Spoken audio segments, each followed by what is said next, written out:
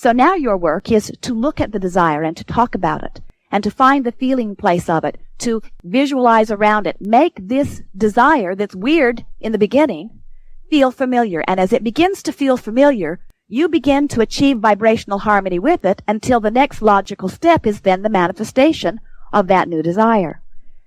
Now you're standing in a new place with a new set of contrasting experiences, and out of it is born a rocket of desire, which feels really weird in the beginning because it's new. It was born out of something that is different. And you are not a vibrational match to it in the beginning. Your vibration is more here. And so now your work is to look at it, to talk about it, to envision it, to visualize around it, to make it feel familiar until the next logical step becomes the manifestation of it. And now here you stand with a new set of contrasting experiences that you did not have access to before. And out of that is born another rocket of desire, which in the beginning feels really weird to you because you're used to vibrating down here. So you give your attention to it, you make it familiar, you find the feeling place of it until the next logical step is a manifestation of it. And now you're standing in a new set of contrasting experiences.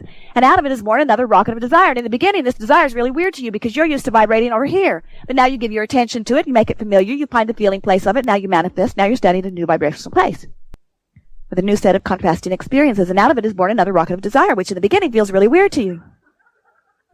You get in the sense of how it works. So when you understand that you never get it done, in every moment there is the potential for the new rocket of desire. And that rocket of desire is the reason that the universe exists. In other words, physical beings often think, well, wouldn't it be nice if we could get rid of all of these contrasting experiences so whatever we look at could just give us a good feeling? And we say, no rocket of desire is ever born out of sameness. It must be born out of contrast. And when you finally get it, that it is the desire that is the summoning, then you start to realize that what life is really about is providing opportunity to give you that desire that will summon life force through you.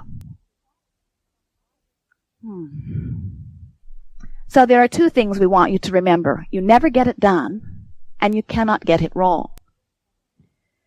So now as you're standing, evaluating the contrast that is around you, and you feel a new desire within you, understand that your work is to let that new desire rest within you.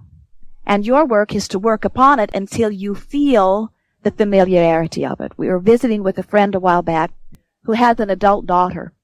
And her daughter said to her, there is this thing that I really, really want. I really want it.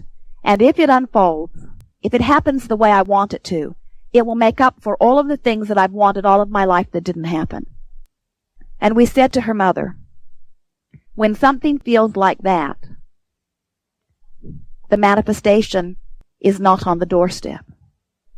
When it feels that extraordinary relative to where you are, it is not about to unfold. It must feel like the next logical step. Well, how do you make something? If you're standing here and out of it you know you'd like to be over there, but you feel so much over here, you say, here I am, I'm over here. I've been here a really long time, and I don't mind telling you I don't like being here. A lot of other people here with me, and none of us like it here. We'd rather be over there, but here is where we are. Do you have any idea how long we've been here? Let us explain to you how we got here. Maybe it would help you to understand more clearly the path we took in getting here. We'd like to be over there, but here is where we are. I think my mother has a lot to do with me being here, too. Or maybe it has something to do with a past life. I don't know. But here is where I am. I'd like to be over there, but here is where I am. Horrible, horrible, horrible place to be. And the universe, which is responding to your vibration, is saying, there is where she is. There is where she is. That's who she is. Align things that feel like that with her. She'd like to be over there, but there is where she is. So what happens is, wherever you are standing, the vibration that you're offering is your point of attraction, and the universe cannot deliver to you something different than you are offering. Well, how do you know what you're offering? You can tell by the way you feel. Your emotions are the key to let you know what your vibration is about. You see, everything is vibrational, and you are vibrational beings, although most of you do not realize that the majority of your experience is vibrationally based. What you see with your eyes is an interpretation of of vibration. What you hear with your ears is an interpretation of vibration. Even what you smell or feel with your fingertips or taste with your tongue, these are senses within your body that understand vibration. You say, well, I didn't have to learn to do that. I was born seeing, or I was born hearing, or I was born smelling. Smelling, not smelly. Smelling. I was born smelling. I was born knowing all of that. And we say you were born with other sensors as well. You have within you emotions, and we want to show you how they work, because here you are as physical beings. You are extensions of core energy. You are here in your physical bodies on the leading edge of thought. You are creators in the perfect environment to establish desire, and then your work is to align your energy with that desire. So here you are, extensions of source energy. And as the energy is flowing to you and through you, you can tell by the way you feel what you're doing with the energy. There are only two things you need to know, really, as you understand these two very simple things.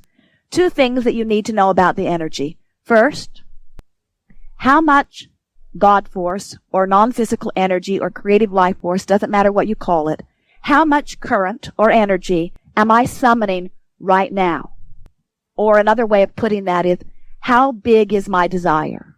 How much energy am I summoning through my focused desire? And the other thing, the only other thing that you need to know is, of that energy that I am summoning, how much of it am I in this moment allowing?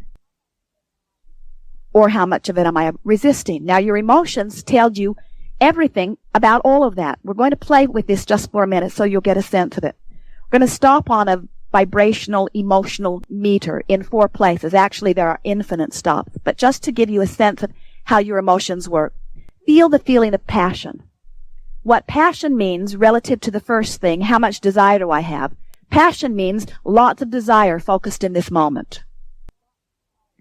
What does passion, the feeling of passion, mean relative to your resistance? No resistance. Full allowing. So passion means I'm summoning lots of non-physical energy right now as a creator, and I am allowing the full dose of the energy that I'm summoning. There's no resistance within me. That's what passion feels like. And friends, that is optimum experience. Now feel the feeling of peacefulness or contentment. Not much desire right now, not summoning much, don't have a lot of focused desire right now, but there's no resistance in my being either. Now feel the feeling of frustration. Some desire, some resistance. Now feel the feeling of strong negative emotion, rage or anger or depression. Strong desire, lots of resistance. So whether you are feeling passion or agony, both of those feelings mean strong desire. In other words, there's something that I've been focusing upon that the contrast has produced within me. I have a strong rocket of desire. The desire always, asked and it is given, is summoning a strong dose of creative life force. And in passion, I'm allowing it fully. And in agony or frustration or strong frustration or rage or depression, I'm not allowing it.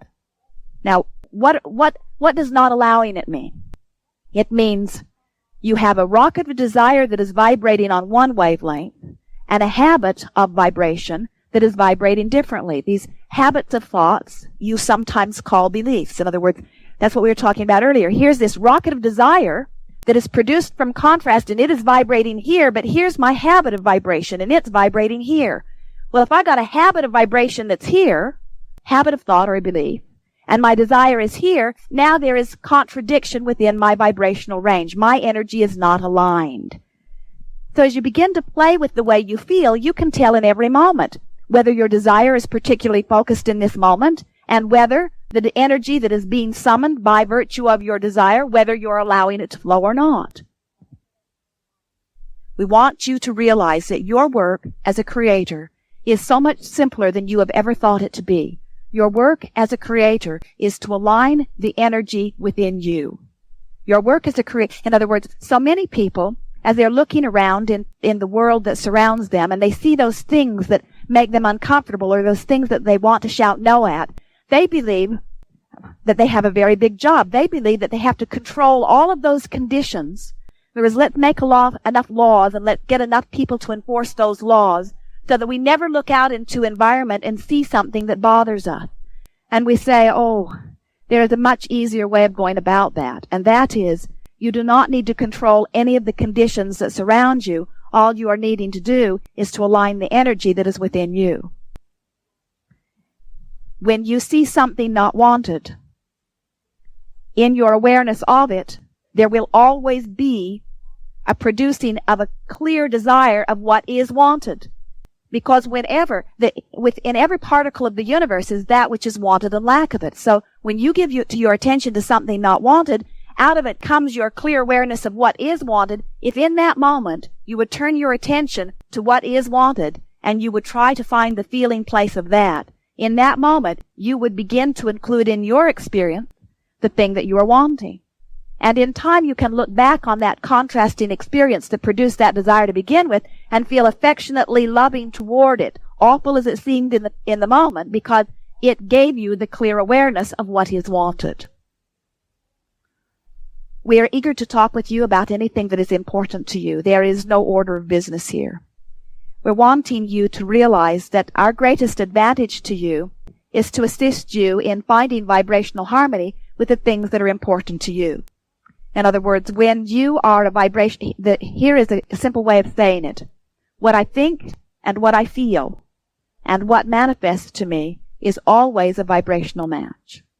And so when you finally realize that your work as a creator is not to look around and find those things that are missing in your experience and then try to figure out how to get them to you or you to them.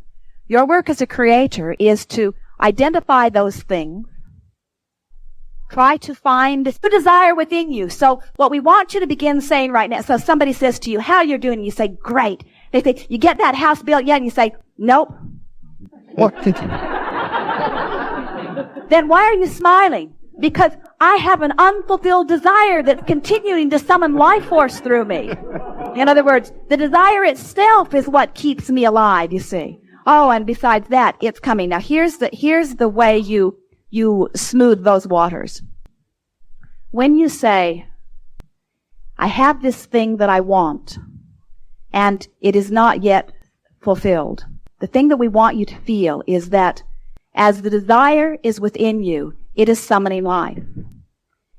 In other words, so here I stand evaluating contrast. Out of the contrast comes this desire. This desire summons life. So I give my attention to it. I find the feeling place of it. It feels familiar to me. The next logical step is the manifestation. Now I have a different set of contrasting experiences which give birth to another desire. So the thing that you're wanting to begin to understand is that the desire that is within you is the most important part. When you begin to take pleasure from your vision, in other words, when you finally get it, that it is the idea and the playing around with the idea that gives you the pleasure, because that's when the life force is flowing through. The manifestation will happen. Of course it will happen, but the manifestation is not the main event. And when you finally get that, then you will start taking more pleasure in the rocket of desire. You will feel less guilt about not having it achieved, and now you're really rolling. Now you're consciously upon this continuum of physical life experience, being a creator, utilizing the energy that creates worlds in your physical format.